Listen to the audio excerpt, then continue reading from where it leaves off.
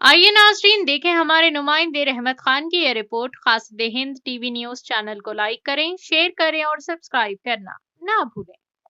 జిల్లా పార్టీ అధ్యక్షులు వికారాబాద్ మాజీ శాసనసభ్యుడు సోదరుడు డాక్టర్ మెతుకు ఆనంద్ గారు, మల్కాజ్గిరి పార్లమెంటు నియోజకవర్గ ఇన్ఛార్జ్ సోదరులు రాగిడి లక్ష్మారెడ్డి గారు, మరి మొన్ననే రేవంత్ రెడ్డి యొక్క దౌర్జన్యాన్ని ఎదుర్కొని కొడంగల్ రైతుల కోసం 37 రోజులు జైలు జీవితం అనుభవించిన చెరగని చిరునవ్వుతో మళ్ళీ మన ముందుకు విచ్చేసిన సోదరుడు మాజీ ఎమ్మెల్యే కొడంగల్ పట్నం నరేందర్ రెడ్డి గారు, గౌరవ మాజీ రాజ్యసభ సభ్యులు, మన పార్టీ కార్యాలయానికి జనరల్ సెక్రటరీగా బాధ్యత వహిస్తున్న గౌరవ పెద్దలు అన్న రావుల చంద్రశేఖర్ రెడ్డి గారు, వేదికపైన ఆసీనులైన ఆంజనేయులు గారు, ఇంకా మా కృష్ణారెడ్డి గారు, అదేవిధంగా నాగేందర్ గౌడ్ గారు, వెనుకకు మా పార్టీ అధ్యక్షుడు సోదరుడు గోవర్ధన్ గారు, వేదిక మీద ఎవరెవరో పేర్లు అయితే నాకు వెనుక దాక్కున్నారు కాబట్టి కనబడతలేరు, వాళ్ళందరికీ, వేదిక ముందున్న మా అన్నదమ్ములకు,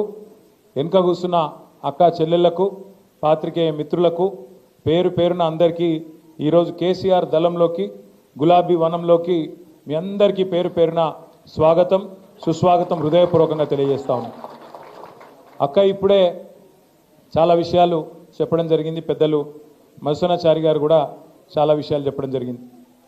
నిన్న అక్కడ రేవంత్ రెడ్డి గారి నాయకత్వంలో గాంధీ భవన్లోనో ఎక్కడనో కాంగ్రెస్ వాళ్ళ మీటింగ్ జరిగింది. మరి మీరు టీవీలో పేపర్లో చూడొచ్చు.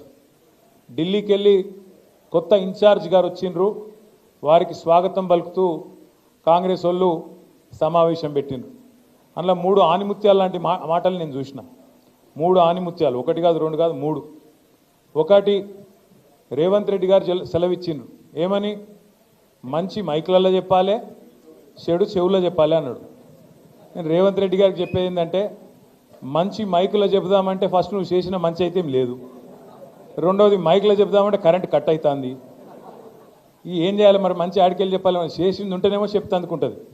ఇక చెడు చెవులలో చెప్పుడు మొదలు పెడితే రేవంత్ రెడ్డి గారు, నువ్వు చేసిన చెడు హైడ్రా బాధితుల నుంచి మొదలు పెడితే, భూముల మీద నువ్వు చేస్తున్న దౌర్జన్యాల నుంచి మొదలు పెడితే, ఇవాళ ఆర్ఆర్ ట్యాక్స్ నుంచి మొదలు పెడితే, నీ అవినీతి వల్ల ఇవాళ కుప్పగూలిన శ్రీశైలం సొరంగం నుంచి మొదలు పెడితే, మొన్ననే కొట్టుకపోయిన పెద్దవాగు నుంచి మొదలు పెడితే, లెక్కలేదు మునిగిన వట్టెం పంప్ హౌస్ నుంచి మొదలు పెడితే, చెడు ఎప్పుడు స్టార్ట్ చేస్తే నీ చెవిలా రక్తం గారుతుంది, యాది పెట్టుకోని చెప్తున్నాను నేను. ఎందుకంటే చెడు చెవులో చెప్పాలి, మంచి మైకులో చెప్పాలి అని చెప్పి రేవంత్ రెడ్డి గారు చాలా తెలివిగా చెప్పిన అనుకొని ఆయనదైన డైలాగులు కొడుతున్నాడు. ఇంకా విచిత్రం అనిపించింది నాకు, ఆమె పాపం ఢిల్లీ నుంచి ఒక పెద్ద మనిషి వచ్చింది, ఇన్ఛార్జ్ మీనాక్షి గారు.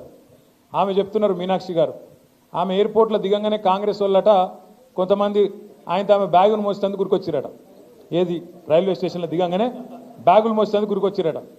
చాలా తప్పు, మీరు బ్యాగులు మోయొద్దు, బ్యాగులు మోసి మీ ఆత్మగౌరవాన్ని దెబ్బతీసుకోవద్దు అంటుంది.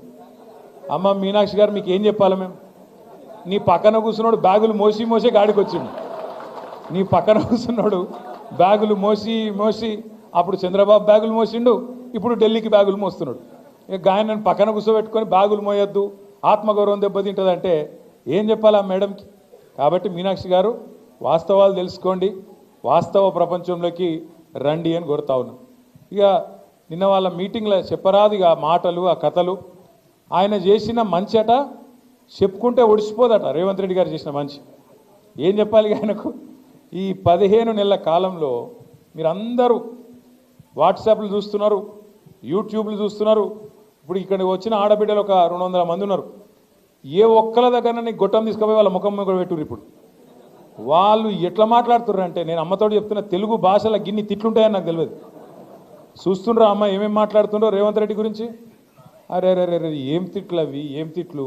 మనిషి అంటోడు ఇంకోడు రోషం ఉన్నోడైతే ఈ పాటికి ఇక్కడ పాడుబడ్డ బాయి చూసుకొని దుంకి వస్తుండే. కానీ రేవంత్ రెడ్డి కాబట్టి బ్రహ్మాండంగా బతికేస్తున్నాడు, ఇంకా మంచి చేసినా డైలాగులు కొడుతుండు.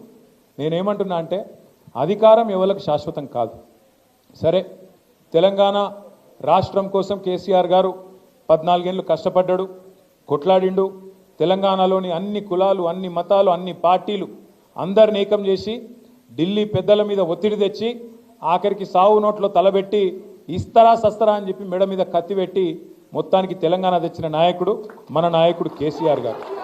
ఇవాళ ఇప్పుడే అక్క చెప్పింది, తెలంగాణలో ఎవరికి సంతోషం వచ్చినా దుఃఖం వచ్చినా కేసీఆర్నే యాద్ చేసుకుంటానని. ఎందుకు యాద్ చేసుకుంటారంటే మన ఇంట్లో పెద్ద మనిషి కాబట్టి, మన బాపు లాంటోడు కాబట్టే కేసీఆర్ని ఇవాళ సంతోషం వచ్చినా దుఃఖం వచ్చినా తెలంగాణ సమాజం యాద్ చేసుకుంటున్నది.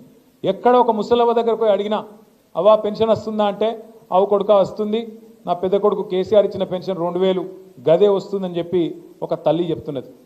ఒక ఆడపిల్ల తల్లి దగ్గర పోయి ఏమా నీ బిడ్డ పెళ్ళైందా అంటే లగ్గం చేసిన కొడుక 1,00,000 రూపాయలు వచ్చింది కేసీఆర్ ఉన్నప్పుడు, కళ్యాణ లక్ష్మి ఇచ్చిండు, ఆ కాన్పు పోతే ఆఖరి కేసీఆర్ కిట్ ఇచ్చిండు అని చెప్పి ఆ తల్లి చెప్తున్నది. ఇట్లా ఏ ఒక్కరిని కదిపినా రైతు దగ్గర ఏ రైతు దగ్గర కనబడి మీరు అన్న పడ్డాది రైతు బంధు అంటే ఎక్కడిది వీడు పచ్చి జూటగాడు ఉన్నాడు, కేసీఆర్ ఉన్నప్పుడే బాగుండే, కేసీఆర్ ఉన్నప్పుడు బ్రహ్మాండంగా ఆడ నాట్లేసే టైంకు దన్న మంచిగా టింగు టింగు అనుకుంటా పైసలు పడుతుండే, ఇక ఈయన వచ్చినాక పైసలు లేవు, రైతు బంధు లేదు, ఏం లేదు అని చెప్పి రైతులు తిడతా ఉన్నారు. ఇక ముఖ్యమంత్రి గారికి టింగు టింగు అంటే పడది, ఆయనకు టింగు టింగు అంటే నచ్చదు, ఎందుకంటే కేసీఆర్ అదికి వస్తాడు, అందుకే కొత్తది కనిపెట్టిండు. ఏమంటాడు ఇప్పుడు ఆయన? టకీ టకీయా, టకీ టకీ అంటాడు. మీరు పడతాయి చూడు 26 జనవరి రాత్రి 12 బజే షురు, మీరు తెల్లారి నిద్రలేసే వరకు మీకు బ్యాంకులో నిండా పైసలు మొత్తం అసలు ఎక్కడికక్కడ మీరు ఇట్లా తెరుసుడాల్సిన ఇట్లా పైసలు బయటకు వస్తాయని చెప్పిండు. పడ్డాయా పైసలు మరి టకీ టకీమని పడ్డాయా? చెల్లె మీకు 2500 పడ్డాయా? పడ్డాయా అయింది మీకు? శంకర్పల్లిలోకి యాదనగిని ఏమని ఇచ్చిండేమి? ఏమి లేవు కదా. టకీ టకీమని 2500 దిక్కులేవు. ముసలోళ్ళకు పెన్షన్లను ఆశ పెట్టిండు. ఏమన్నాడు ముసలోళ్ళకు? కేసీఆర్ ముసలోనికి ఇస్తుండు లేకపోతే ముసలవ్వకి ఇస్తుండు, మీరు నాకు గుద్దుండ్రి, గుద్దుతే ముసలోనికి 4000 ముసలవ్వకి 4000, ఇంట్లో ఇద్దరుంటే ఇద్దరికి 4000 ఇస్తా అని చెప్పిండు. పడుతున్నాయా మరి టకీ టకీమని 4000? టకీ లేదు టుకీ లేదు. మళ్ళీ రైతులకు చెప్పిండు కేసీఆర్ 10,000 ఇస్తుండు బిచ్చం ఇచ్చినట్టు, నేను 15,000 ఇస్తా అన్నాడు. వచ్చిందా 15,000 వాళ్ళకన్నా? రైతు కూలీలకు 12,000 అన్నాడు. ఇక మా ఆడబిడ్డలకు కొద్దిగా బంగారం సెంటిమెంట్ ఉంటుంది కదా, దాన్ని పట్టిండు. పట్టి ఏం చేసిండు? కేసీఆర్ 1,00,000 రూపాయలు ఇస్తాడు, అది కూడా ఎప్పుడు ఇస్తుండు కేసీఆర్? పిల్లలు పుట్టినకి ఇస్తుండు. మీరు నాకు ఓటెత్తే లగ్న పత్రిక పెట్టుకోగానే తులం బంగారం ఇస్తా అని చెప్పిండు. వచ్చిందా తులం బంగారం వాళ్ళకన్నా? తులం బంగారం మరి బంగారం షాపులో నమ్ముతలేరా? ముఖ్యమంత్రికి బంగారం దొరుకుతలేదా, పతారలేదా? మొత్తానికైతే ఈ రాష్ట్రంలో ఈలనాలనని కాదు అందరు కొంప ఉచ్చుకున్నాడు. రైతులను మోసం చేసిండు, మహిళలను మోసం చేసిండు, ముసలోళ్ళను మోసం చేసిండు, ఉద్యోగస్తులను మోసం చేసిండు, నిరుద్యోగ పిల్లలను మోసం చేసిండు. మా శంకర్పల్లి మండలంలో పాపం ఇదివరకు కేసీఆర్ గారు ఉన్నప్పుడు భూముల మీద వ్యాపారం చేసుకొని రియల్ ఎస్టేట్లో కొంత సంపాదించుకున్న తమ్ముళ్ళు చాలామంది ఉన్నారు. ఇవాళ వాళ్ళ పరిస్థితి కూడా అధ్వానం అయిపోయింది.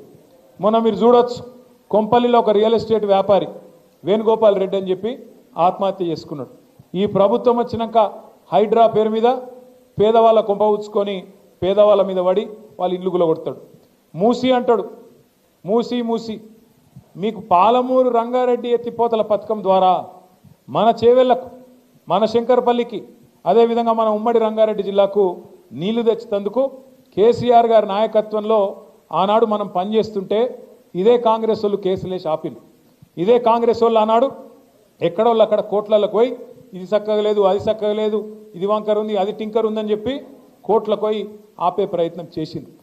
అయినా 90% పనులు పూర్తి చేసినాం. 90% పనులు పూర్తయినా పాలమూరు రంగారెడ్డి పథకానికి మొత్తం రిజర్వాయర్లు తయారైనవి. ఈయన చేయాల్సిందల్లా రేవంత్ రెడ్డి గారు కాలువలు దవ్వాలి, నీళ్లు తీసుకురావాలి, ఆడికెళ్ళి శ్రీశైలంకి వెళ్ళి మన చేవెళ్ళ దాకా నీళ్లు తెచ్చే సౌలతు.